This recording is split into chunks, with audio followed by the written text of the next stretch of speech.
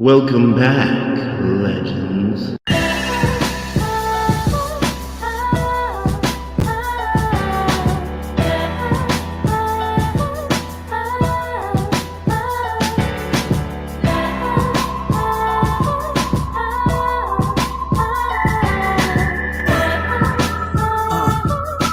Three, two, one, let's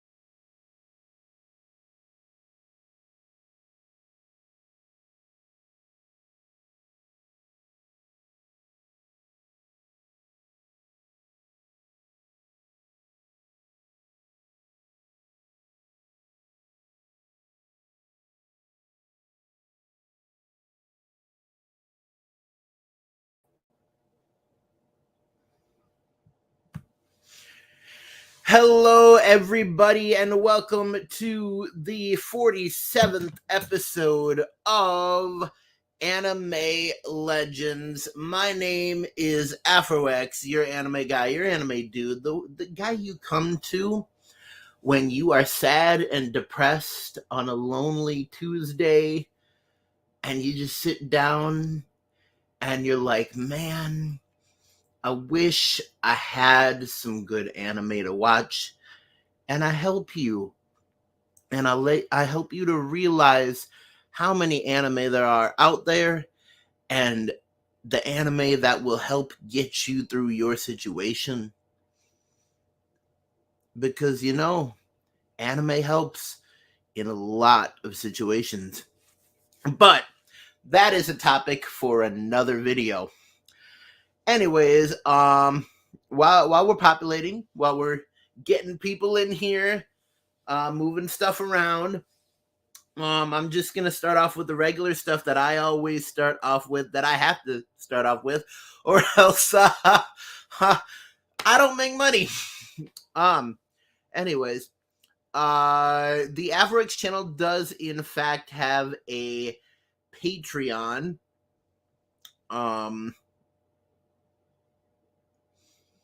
I'm sorry if this stream is lagging. Um,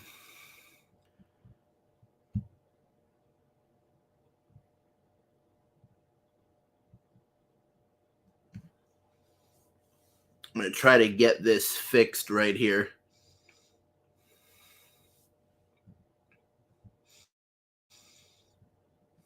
Okay. It might lag a little bit, but we'll be fine. We'll still be getting the message across. Anyways, the Averix channel does in fact have a Patreon. You can go and find it at www.com or www.patreon.com/AfroX. There you can subscribe to one of 5 tiers. There is a $5 level, a $10 level, a $30 level, a $50 level, and a $100 a month level for the subscriptions, for your patronage. and you get different rewards at the different levels. At the $5 level, you will get your name shown at the end of every edited video. At the $10 level, you get your name shown and announced at the end of every edited video. At the $30 level, you will get both of the rewards of the previous two levels, plus you will get a link to my secret Discord. That there is no link to it anywhere else, besides behind this. You could call it a paywall because it's a paywall. But anyways, and on that secret Discord, you can chat directly with me. And you can ask me anything. It's an AMA, so you can ask me anything. But it doesn't mean I have to answer anything. And also, besides all that, you will be getting all edited videos one day early, so you'll be able to see all the stuff before the rest of the world does. And we're not just talking about one day early. No. I don't just do that for the people who are donating $30 a month. You will be getting the unedited cuts. So pretty much if I go to upload a video, and YouTube's like, no, we're gonna copyright that, and you can't use that in the video, and I have to re-edit it and take some stuff out, change some stuff. You're not getting that version. You are getting the original version, the original vision idea of what it is supposed to be. So you're getting the best of everything. Uncopyrighted videos, one day early. I almost said uncensored, but that would have been bad. Anyways, so that's all you'll get on the Discord. And also, the people on the Discord are the people who I'll take ideas from for future content first. So, yeah. At the $50 a month level, which we currently have one, that's Tricks the Anime Hater, you will be getting all the rewards of the previous levels, plus you will be getting a handwritten thank you note from me that will be autographed, sent directly to your front door. And then at the $100 level, you will get all the rewards of the previous levels, plus you will get an invitation to every live stream that I do. And if you choose to come on the live stream, you will be given a chance to plug your own channel or your own content. Yeah, so you'll be able to get publicity for that. Because I mean, at $100 a month, you're pretty much running the channel. Anyways, so that is all about the Patreon. Another thing is we actually do have AfroX merch.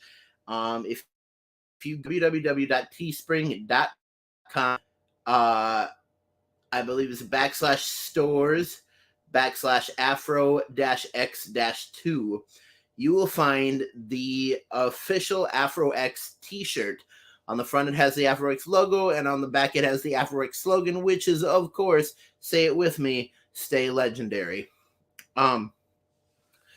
So yeah, you can get an AfroX t-shirt there, and I believe 10% of the profits made from that go back to the channel to keep making content and stuff.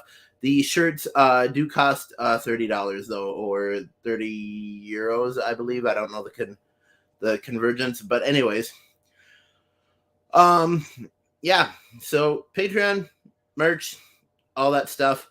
I might be coming out with new stuff soon. Like maybe I'll add a reward on the Patreon that you'll get a t-shirt instead of the written thank you note at like the $50 level, something like that.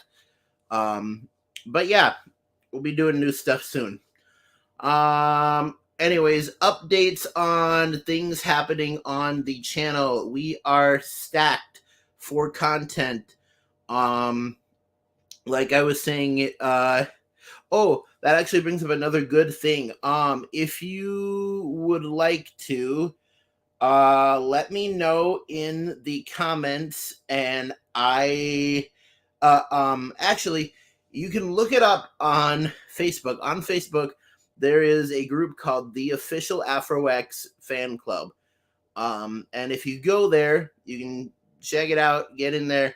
And if you are in that group, you will be added to a group chat where I actually like give fans like that a week that I can't do an edited video or that I'm not doing a live stream. Don't just sit there wondering what's going on. Like, get in that group chat and you will find out when stuff like that is happening. And also, for anyone in that group chat, I'll probably be doing giveaways and stuff too. So stuff coming up on the channel. So, the next couple of weeks, the next video that is planned to come out is a short rap that I did for a friend. Friend used very loosely. Then the next week after that, I'm planning on releasing the Demon Slayer Cypher. And on the week after that, I am planning on doing some version of continuing in my complete guide to One Piece, since I do want to get that done before Oda finishes his complete guide to One Piece, if you know what I mean. Anyways, yeah, that is the plan so far for the next upcoming weeks. And yeah, that is the plan for the upcoming weeks. Anyways, we got the biggest fan in here, Trix, the anime hater. He says, yo, Trix, good to see you. So, now that you're here, I haven't done this in a couple weeks and I keep forgetting to, but this is the thing that we always do, and it has been slipping my mind.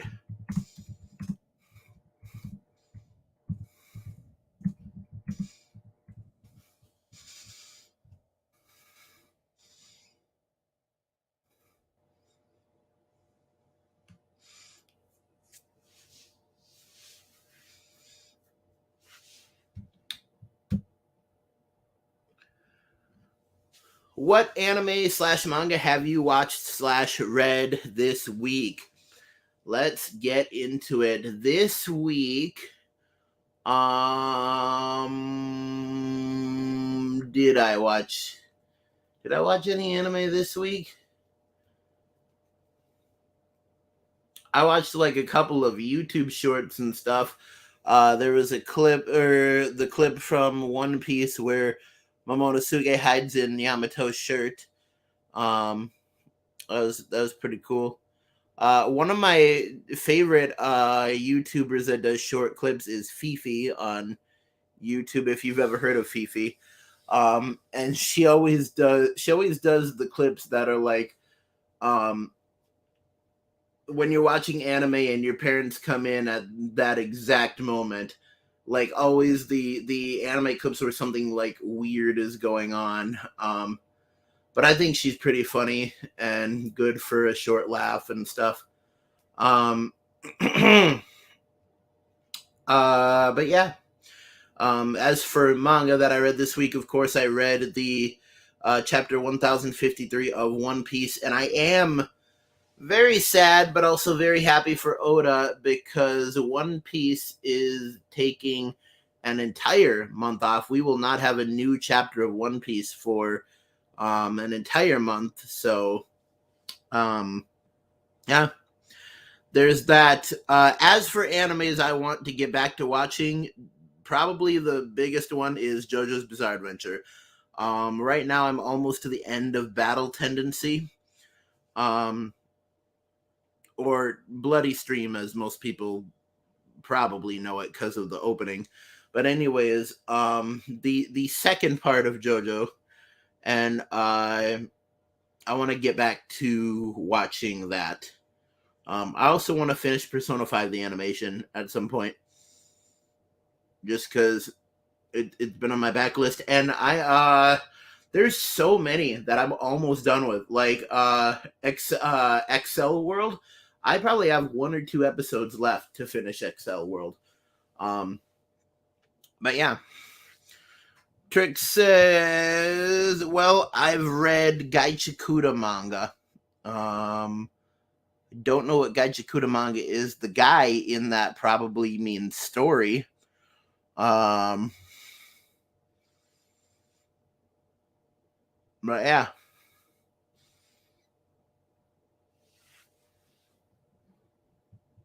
I have no idea what Gaichikuta manga is. I know what Azumanga Daioh is, though. Well, that's a completely different thing. Anyways, our topic for today is the great man himself, Hayao Miyazaki. It's a new shonen about battle genders. Oh, very cool.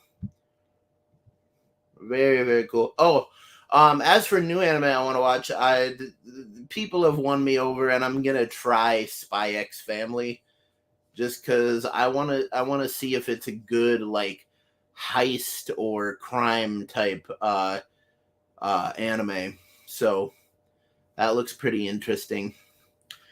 Well, we are well past 15 minutes in, which is good. So let's get to the meat and potatoes of what we are talking about today. We're talking about the great Japanese animation film director, Hayao Miyazaki. One thing I really want to clear up that a lot of people misquote him is he never said that anime was a mistake. He said that the way that anime is done today is a mistake. And I actually have to agree with him. The way that anime was made back in the day was a lot better, and tried to get it close to the manga, and it wasn't this whole big jumbled up, just like take the manga, cut it into pieces, throw it back down, and there's your storyboard type thing. And that's what's going on now, especially in One Piece. Like you'd almost swear that they had 2 different writers, because the writing for the manga of One Piece and the writing for the anime of One Piece are not the same at all. But yeah, he never said anime was a mistake. He said the way anime is made nowadays is a mistake, and I have to agree with him. Anyways, he's a great director.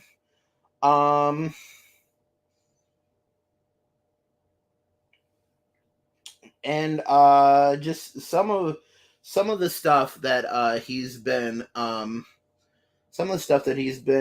involved with or made is Nausicaa Valley of the Wind, Castle in the Sky, also known in Japanese as Laputa. That was the first anime movie that I ever saw, was Laputa. My Neighbor Totoro, I saw that recently. Kiki's Delivery Service was the first anime movie I ever saw, because I saw that when I was a real little kid. Porco Rosso, never seen that. That's on my list. Princess Mononoke, I saw that as an adult and absolutely loved it.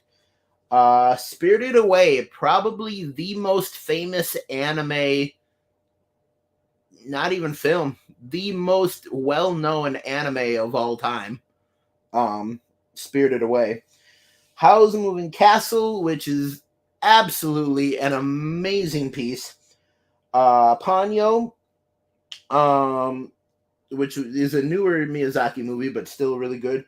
The Wind Rises, and there's a new one that is to be announced. Hasn't come out yet, but it's called How Do You Live? So excited for that. But then also, my personal favorite anime movie of all time, and Miyazaki made it, was The Castle of Cagliostro, which uses the character Lupin the Third. And I I absolutely love it. That will forever be my favorite anime movie. Um, and then of course you have like Summer Wars right under that. Um, Summer Wars, Spirited Away. So yeah, my three favorite anime movies. Oh, what about Akira? This is hard. So okay, my three favorite anime movies: Castle of Cagliostro, Summer Wars, Akira, and then probably Spirited Away right under that. In fact, Spirited Away and Akira might be on the same level. But anyways, um also I want to see Belle.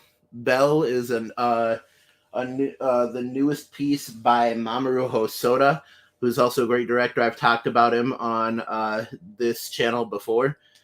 Um Trick says, the moment when you realize almost every movie he drops is good. Yeah. Honestly, I think the world would explode if Hayao Miyazaki made a movie with M. Night Shyamalan. And it's close. Like, they're only separated by a couple degrees of separation. I mean, Miyazaki was the inspiration for the Avatar: The Last Airbender, which was made into a movie by M. Night Shyamalan. So, I mean, there you go. But yeah. If M. Night Shyamalan and Hayao Miyazaki co-directed an anime movie, I think I would be able to die after watching that movie. I would accept my fate. No matter how I went. um, I could get hit by a car outside the movie theater, and I'd be like, "Yup, saw a M. Night Shyamalan and Hayao Miyazaki co-directed film, so I'm good with this." Anyways, some interesting information on Miyazaki. He was born on January 5th of 1941. He's still alive today, of course. So he is 81 years old currently. Man, just give the man a hand for that. Give the man a hand for that. So Sapotens 300, very nice to see you. He says, we're back. That is true. Also, the title of a 1994 movie subtitled A Dinosaur's Tale. That wasn't funny, just interesting. Anyways, 81 years old and still doing movies. He occupations, he is an animator, filmmaker, screenwriter, author, and a manga artist. God, I would love to read the manga that Hayao Miyazaki wrote. He started in 1963, and he's still going today. He's an employer at Toei Animation, Apro, Zuyo Aizo, Nippon Animation, Tokyo Movie Shinsa, Top Craft, and was a founder of Studio Ghibli itself. His wife is named Akemi Ota, and he has two children, one named Goro Miyazaki and one named Kisuke Miyazaki. And it's interesting that this is mentioned, but he has a nephew-in-law named Daisuke Tsutsumi. Wouldn't that be awesome to be that guy who's just like, yeah, my uncle-in-law is Hayao Miyazaki. And they're like, uncle-in-law? But yeah. I didn't get that. Could you try again? I'm not talking to you, Siri. Okay. She does not get this.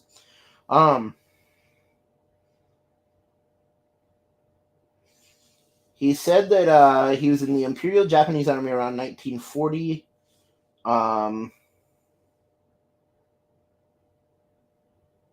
His father was in the Imperial Japanese Army around 1940. After declaring to his commanding officer that he wished not to fight because of his wife and young child, he was discharged after a lecture about disloyalty. According to Miyazaki, his father often told him about his exploits, claiming that he continued to attend nightclubs after turning 70. Katsuji Miyazaki, Hayao's father, died on March 18, 1993. His mother was named Yoshiko, and she was the inspiration for many of the characters in his films.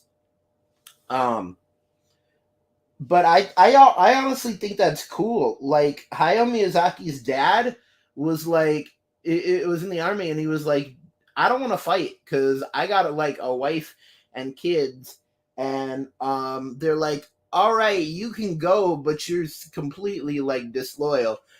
And I'm like, shut up, bros. Like, family is more important, and you don't even know. This dude's son about to be like the greatest film director of all time. Well, maybe not the greatest film director, the greatest anime film director of all time. Like, imagine that. Imagine that if his life had been totally different. If he had gotten like shot in the war, and like Hayao Miyazaki had grown up without a dad. What kind of movies would we have if Hayao Miyazaki had grown up without a dad? That would be an interesting universe. But yeah, all this stuff super interesting.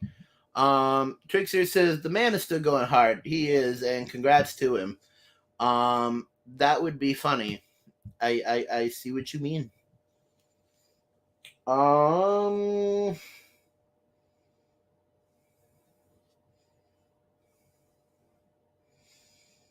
So in 1963, Miyazaki was employed at Toei Animation. So he started at Toei Animation and went on to found Studio Ghibli.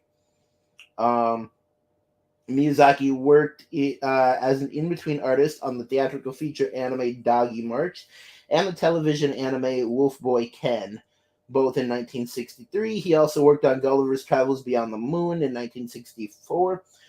Miyazaki later worked as chief animator, concept artist, and scene designer on The Great Adventure of Horace, Prince of the Sun.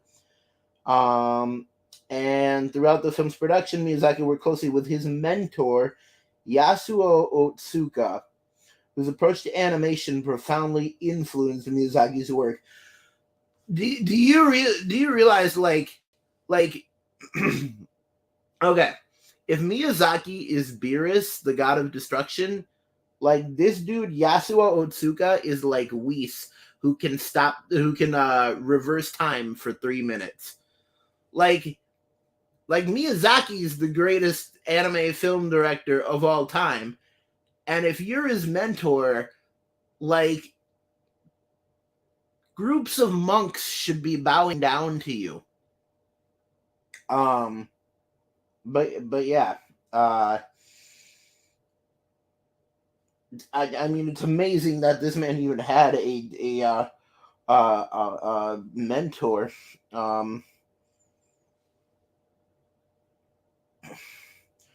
So Miyazaki left Toei Animation in August 1971, was hired at April, where he directed or co-directed with Takahata 23 episodes of Lupin the Third Part 1, often using the pseudonym Teruki Tsutomu. So if you see Teruki Tsutomu, that is Hayao Miyazaki. The two also began pre-production on a series based on Astrid Lindgren's Pippi Longstocking books, designing extensive storyboards.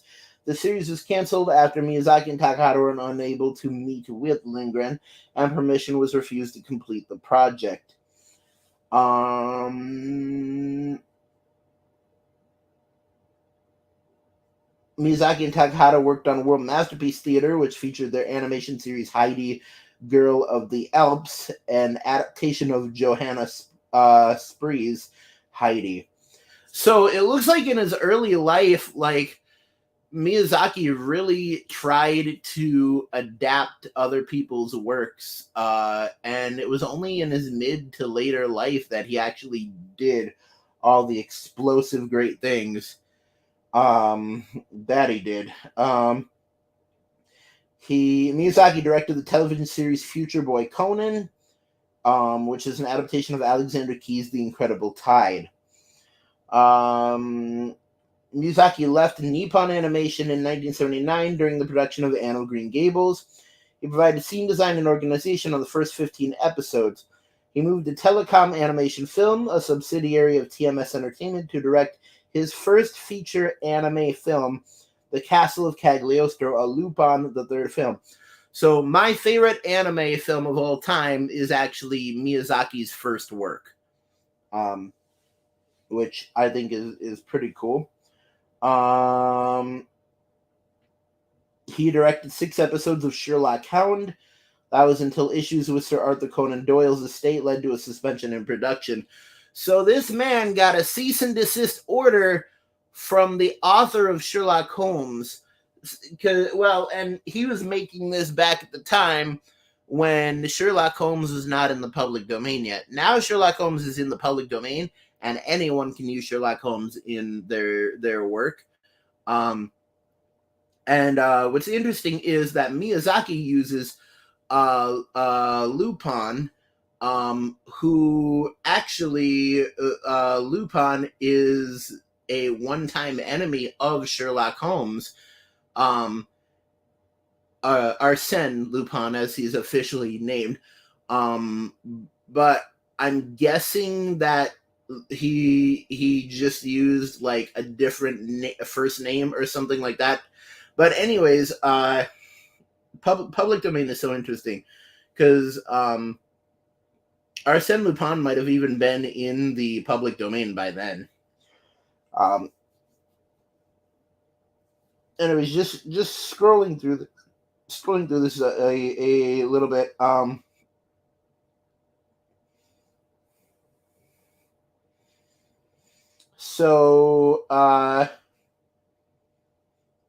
He got a couple of things rejected. 2 projects were proposed: Warring States' Demon Castle, to be set in the Sengoku period, and the adaptation of Corbin's Ralph. Both were rejected as the company was unwilling to fund anime projects not based on existing manga. And that's a testament to him. Like, he was trying to make stuff that wasn't based on manga, so they were trying to make up the story right on the spot there. The adaptation of Ralph could not be secured, and an agreement was reached that Miyazaki could start developing his sketches and ideas into a manga for the magazine. And this is the magazine Animage. With the proviso that it would never be made into a film. So they were like, yeah, you can work on your stuff, you can put it into this magazine, but it's not going to be made into anything big. The manga that he wrote, titled Nausicaa Valley of the Wind, ran from February 1982 to March 1994. The story, as reprinted in the Tankobon volume, spans 7 volumes for a combined total of 1,060 pages. Yeah, I know Oda's done more than 1,000 pages, but damn, you wrote a manga that has 1,060 pages. Miyazaki drew the episodes primarily in pencil and was printed monochrome and sepia-toned ink. And he resigned from the Telecom Animation Film in November of 1982. And then, following the success of Nausicaa Valley of the Wind, sorry about that.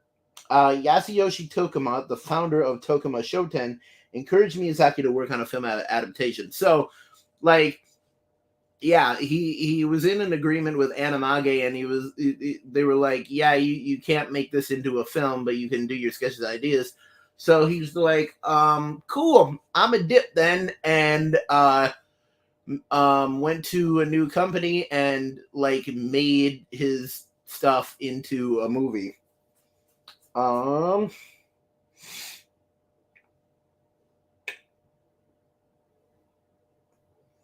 Then we get on to Studio Ghibli, and in Studio Ghibli, the first Studio Ghibli film that Miyazaki made was Laputa Castle in the Sky. And the film's setting was inspired by Greek architecture and European urbanistic templates. Laputa was released in on August 2nd, 1986. It was the highest grossing animation film of the year in Japan, followed by My Neighbor Totoro, and it was released alongside Takahata's Grave of the Fireflies, which a lot of people have asked me to talk about Grave of the Fireflies on here. I have not seen the film, but when I do, I definitely will. My Neighbor Totoro was absolutely great. The simultaneous production was chaotic for the artists as they switched between projects. So this is interesting. So both Miyazaki and Takahata were working at Studio Ghibli, and they were going back and forth between projects, working on both. So Takahata did some work on My Neighbor Totoro. Miyazaki did some work on Grave of the Fireflies. That's really cool. My Neighbor Totoro features the theme of the relationship between environment and humanity, a contrast to Nausicaa, which emphasizes technology's negative effect on nature. While the film received critical acclaim, it was commercially unsuccessful at the box office. However, merchandising was successful, and the film was labeled as a cult classic. There's the second one. Totoro didn't do well at first, but did very well later on, and now is hailed as like one of his best films. In 1987, Studio Ghibli acquired the rights to create a film adaptation of Aiko Tadano's novel, Kiki's Delivery Service. So that's really cool to note. That Kiki's Delivery Service was originally wasn't written by like Miyazaki. It was originally a novel, and boy, would that be a great novel to read someday. But his work on My Neighbor Totoro prevented Miyazaki from directing the adaptation, and Sunao Katabuchi was chosen as the director, and Nobuyuki Ishiki was hired as a script writer. Miyazaki's dissatisfaction with Ishiki's first draft led him to make changes to the project, ultimately taking the role of director. So he was kind of a micromanaging boss, which shows that nobody's perfect, not even Hayao Miyazaki. Trixier says, Grave of the Fireflies hit on an emotional level. That's what I've heard. I need to watch it myself. I do know My Neighbor Totoro hit on a very emotional level.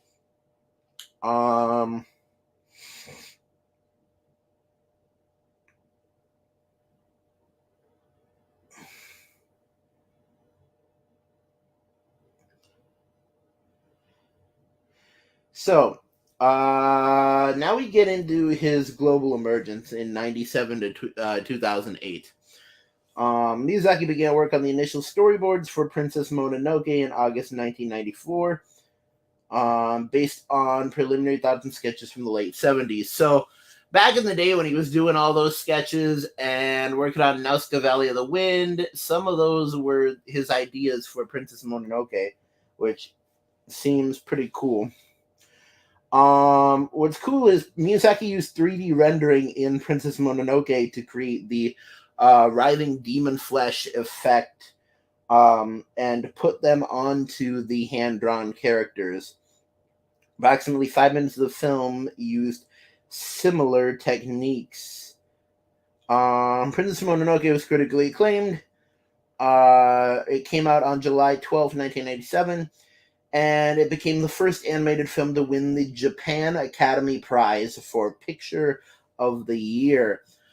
And it earned a domestic total of 14 billion yen, which is 148 million US dollars. So it for a couple months it was the highest grossing film in Japan. But yeah, Japan Academy Prize for Picture of the Year. You realize, like, here in America when we have the Oscars, usually the people who decide who wins the Oscars never consider they never consider even Marvel movies or superhero movies.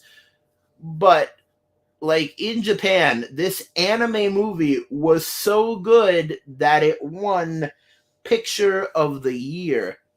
That, I mean, honestly, that would be the equivalent of Justice League Unlimited getting a movie made and and getting Picture of the Year. But like, I mean, it would, yeah. And I mean, we don't really have any in America. We don't really have any like really good animated movies. I mean, we have like Teen Titans: The Judas Project and stuff like that.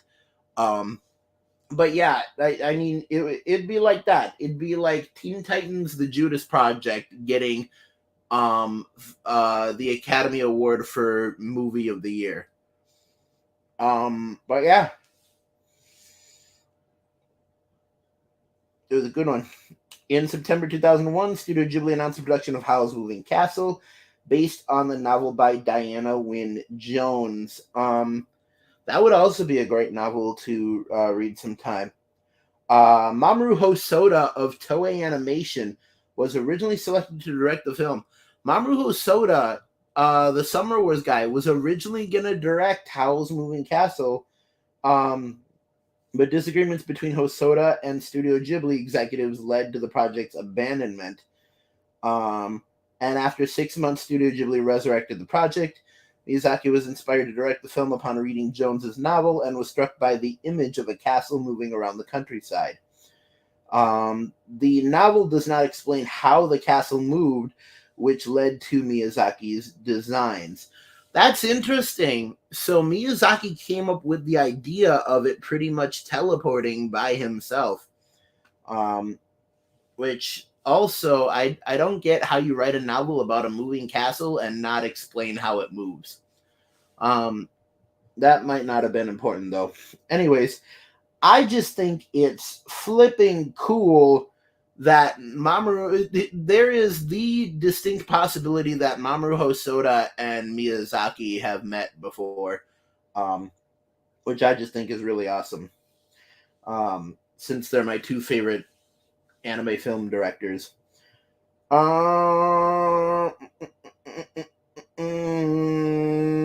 this about gets into the time when I started noticing Miyazaki and stuff. Miyazaki designed the covers for several manga novels in 2006, including A Trip to Tynemouth. He also worked as a director and created a short manga for the book. Miyazaki's next film, Ponyo, began production in May 2006, originally inspired by The Little Mermaid by Hans Christian Andersen, though began to take its own form as production continued.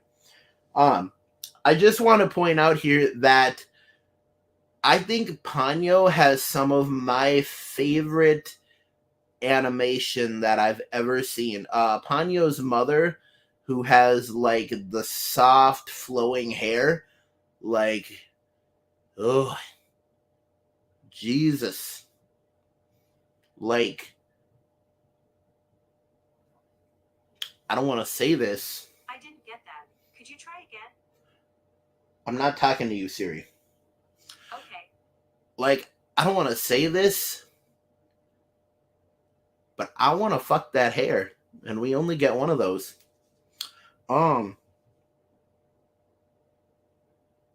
Anyways, continuing on.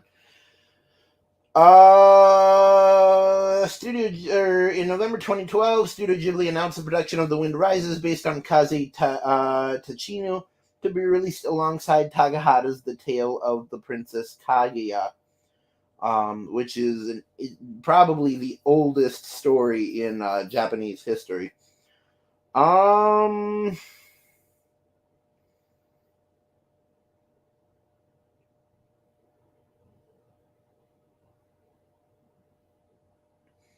So in August 2016, Miyazaki proposed a new feature-length film, How Do You Live, on which he began animation work without receiving official approval.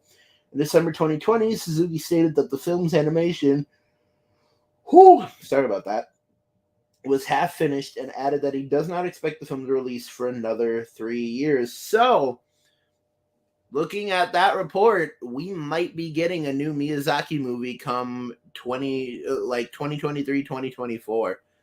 I'm really excited for that.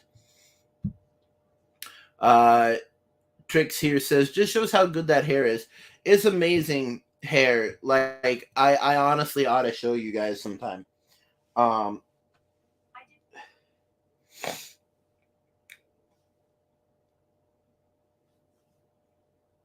yeah, I mean, I know a lot of this is boring and I'm just reading from the Wikipedia page, but I mean, this stuff is still really interesting to me. Personal life. So Miyazaki married fellow animator Akemi Oda in October 1965. So that must have been back when he was working at TMS and Animage and stuff like that. The two had met he was at Toei. The two had met while colleagues at Toei Animation. The couple have two sons, Goro, born in January 1967, and Kisuke, born in April 1969. Miyazaki felt that becoming a father changed him, as he tried to produce work that would please his children. Miyazaki initially fulfilled a promise to his wife that they would both continue to work after Goro's birth, dropping him off at a preschool for the day. However, upon seeing Goro's exhaustion walking home one day, Miyazaki decided that they could not continue, and his wife stayed home to raise their children. Good on you for being a good dad, Miyazaki. So Miyazaki's dedication to his work harmed his relationship with his children.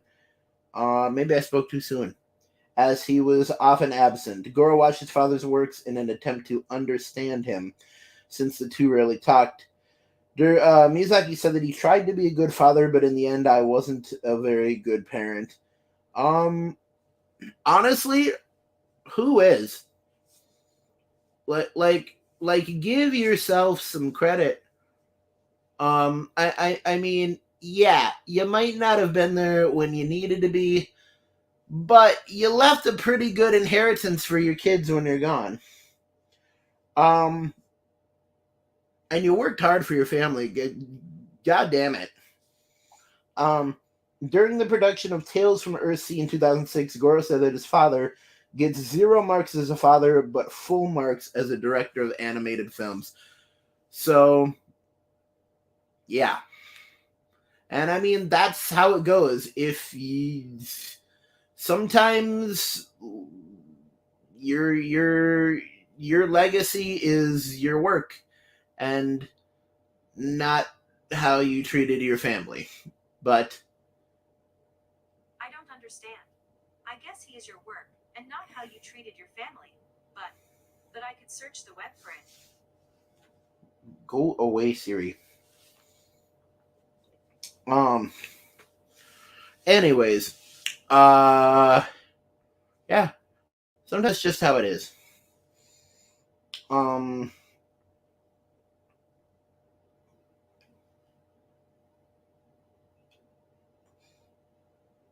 So, as of now, Goro is the curator of the Ghibli Museum, and Kisuke studied forestry at Shinzo University and works as a wood artist. He designed a woodcut print that appears in Whisper of the Heart. Miyazaki's niece, Mei Okayama, who was the inspiration behind the character Mei in My Neighbor Totoro, is married to animation artist Daisuke Tsutsumi. So that's how he has that's how he's the nephew-in-law.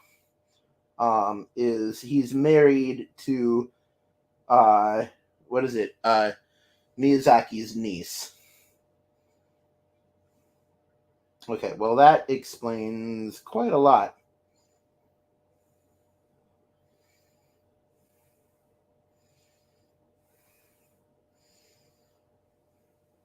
Um, Miyazaki has been cited as an inspiration to numerous animators, directors, and writers around the world, including being an inspiration to Wes Anderson, James Cameron, Dean DeBlois.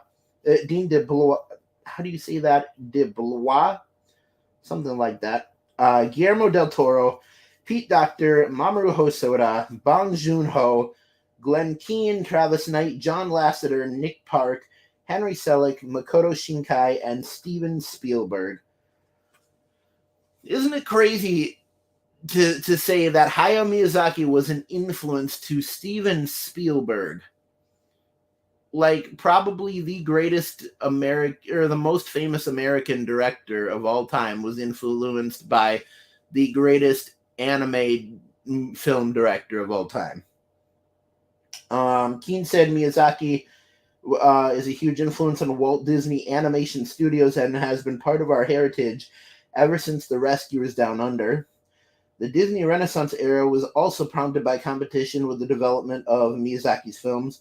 Artists from Pixar and Aardman Studios signed a tribute saying, "You're our inspiration, Miyazaki-san." He has also been cited as inspiration for video game designers, including Shigeru Miyamoto. That is the creator of Mario, if I'm not mistaken, and Hironobu Sakaguchi, as well as the television series Avatar: The Last Airbender and the video game Ori and the Blind Forest. So it blows my mind. The man who invented Mario was inspired by Miyazaki. Like, yeah, I get that you weren't a great dad, but you like changed the entire world forever. Like, there is nobody who is going to ever forget Miyazaki's name.